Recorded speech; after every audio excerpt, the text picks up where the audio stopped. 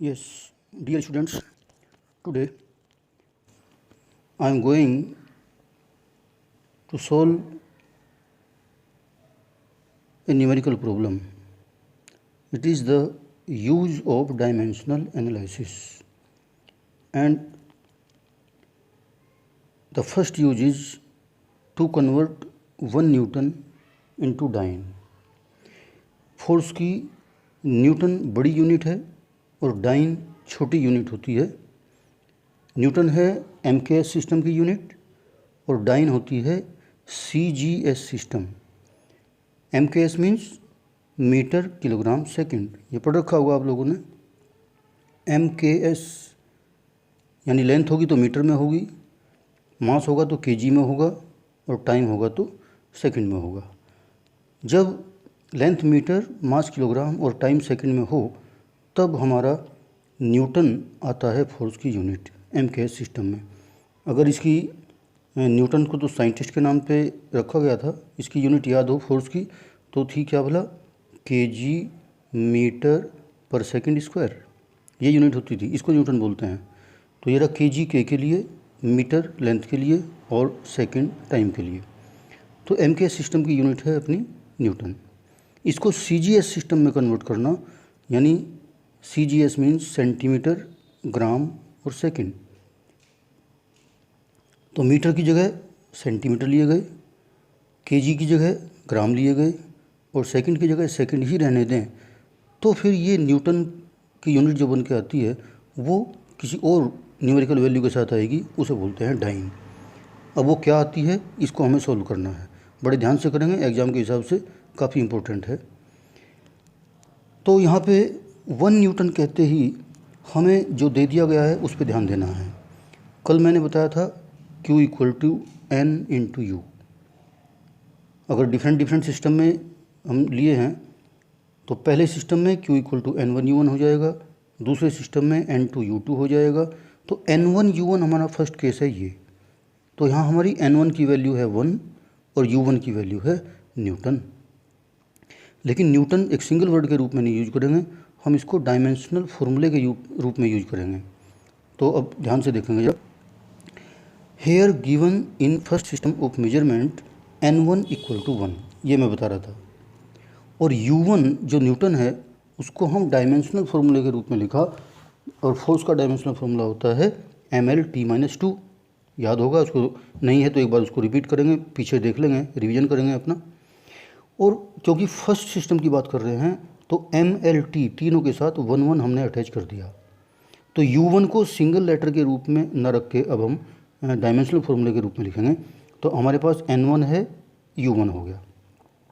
फिर हमें कहा गया है कि डाइन में कन्वर्ट कीजिए, तो डाइन है हमारी सेकंड वाली यूनिट जिसे हम U2 बोल सकते हैं।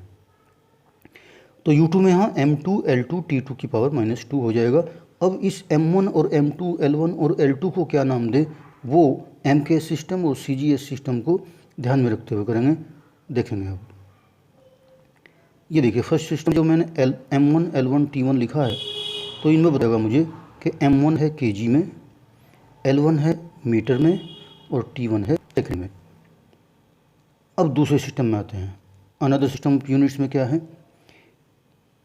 डाइन्स में हमें कहा गया है, लेकिन डाइन कितने डाइन होंगे यानी वो न्यूमेरिकल वैल्यू नहीं दी गई, वही हमें निकालनी है।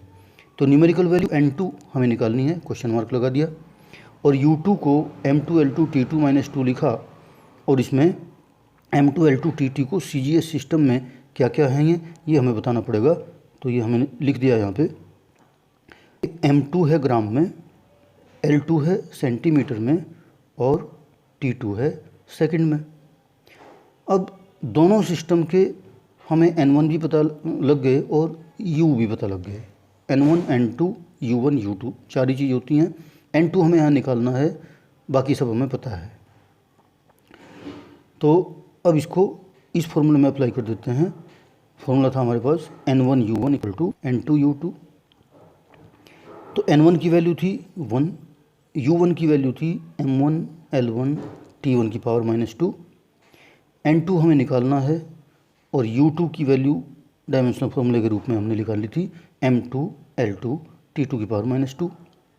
अब हमें N2 की वैल्यू निकालनी है, तो बाकी इन सबको हम इस साइड ले जाएंगे इनके नीचे। तो ये हमारा हो जाएगा N2 इक्वल टू N1 और M1 के नीचे M2 ला के एक ब्रैकेट में कर देंगे, L1 के नीचे L2 ला के एक ब्रैकेट में कर देंगे और T1 के नीचे T2 अलग अलग ब्रैकेट में कर देंगे तो अच्छा रहेगा। T1 T2 दोनों की पावर सेम है तो इकट्ठी पावर ऐसे चढ़ा देंगे। ये डेरिवेशन कल जो कराया था मैंने उसमें उसको रिवीजन कर लेंगे एक बार, ऐसे ही कराया था। अब यहाँ पे बड़ी इंपॉर्टेंट बात ध्यान देने की है कि M1 L1 T1 ये किस यूनिट में थे।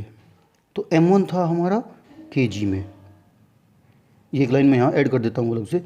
N1 की वैल्यू लिख देता हूँ 1 और M1 था हमारा kg में और M2 था हमारा ग्राम में, L1 था हमारा मीटर में और L2 था हमारा सेंटीमीटर में। तो M1/L2 भी लिख दिया, इससे पहले M2 भी लिख दिया हम। T1 T2 दोनों ही सेकंड में थे तो T1 को भी सेकंड और T2 को भी सेकंड लिख दिया। ये राइटिंग थोड़ा स्क्रीन पे लिख रहा हूँ तो ऐसी हो रही है, इसमें कोई दिक्कत वाली बात नहीं है। और इनकी पावर थी -2, ठीक है। अब आगे देखते हैं, ऊपर वाले kg को भी ग्राम में कन्वर्ट कर लेते हैं। ये इंपॉर्टेंट पॉइंट हर न्यूमेरिकल के सॉल्यूशन में काम आएगा। kg को 1000 ग्राम में कन्वर्ट किया, नीचे ग्राम ऑलरेडी हैं, ग्राम से ग्राम कट जाएगा। ऊपर वाले मीटर को सेंटीमीटर में कन्वर्ट किया, नीचे पहले ही सेंटीमीटर है, सेंटीमीटर से सेंटीमीटर कैंसिल हो जाएगा और वहाँ सेकंड से सेकंड ऑलरेडी कट हो जाएगा, वो कैंसिल हो जाएगा। सेकंड से सेकंड कैंसिल होके आएगा और 1 की पावर -2 होगी तब भी उसकी वैल्यू 1 ही रहेगी। आगे अब क्या बचा हमारे पास, 1000 हमारा आ गया, 100 आ गया और यहाँ से आ गया, तीनों की मल्टीप्लाई होके हो जाएगा 1 लाख, जिसको हम टावर 5 लिख लेंगे। यानी हमारी की वैल्यू 1 लाख और ये हमारी न्यूमेरिकल वैल्यू किसकी आई, उस डाइन की आई जो हमें निकालना था कि 1 न्यूटन में कितने डाइन होते हैं। तो वो हो गए 10⁵ डाइन यानी 1 लाख डाइन। तो ये एंड वैल्यू है, न्यूमेरिकल वैल्यू है। हम इसको कंप्लीट आंसर में लिखेंगे इस तरह से, देखो 1 न्यूटन इक्वल टू 10⁵ डाइन्स। तो इस तरह से और भी क्वेश्चन कराऊंगा इसके, आप लोग इसको ऐसे क्वेश्चन थोड़ा करके देखेंगे। तो होमवर्क के लिए आप लोगों को दे रहा हूँ कन्वर्ट, चलो मैं यहाँ लिख देता हूँ तो आप लोग, चलिए मैं यहाँ लिख देता हूँ convert speed 1 kilometre per hour की स्पीड को मीटर पर सेकंड में कन्वर्ट कीजिए। थोड़ा हिंट दे देता हूँ, पहले सिस्टम में 1 है और स्पीड का डायमेंशनल फार्मूला हो जाएगा LT-1, तो वहाँ लिखेंगे L1 T1 की पावर -1। L1 को सिंबल को बता देंगे किलोमीटर और T1 को बता देंगे आवर। सेकंड सिस्टम में N2 हमें निकालना है और U2 हो जाएगा हमारा मीटर पर सेकंड, ये वाला। इसको भी LT-1 में कन्वर्ट करके L के साथ 2 लिख देंगे और T के साथ भी 2 लिख देंगे और L1 के सिंबल को बताएंगे यहाँ मीटर और T2 को बताएंगे सेकंड। फिर वही N1 U1 equal to N2 U2 और बाकी अपने आप N2 की वैल्यू निकालने की कोशिश करेंगे। चलिए बाकी कल एग्जाम्पल कुछ न्यूमेरिकल दूंगा। चलिए okay, thank you very much.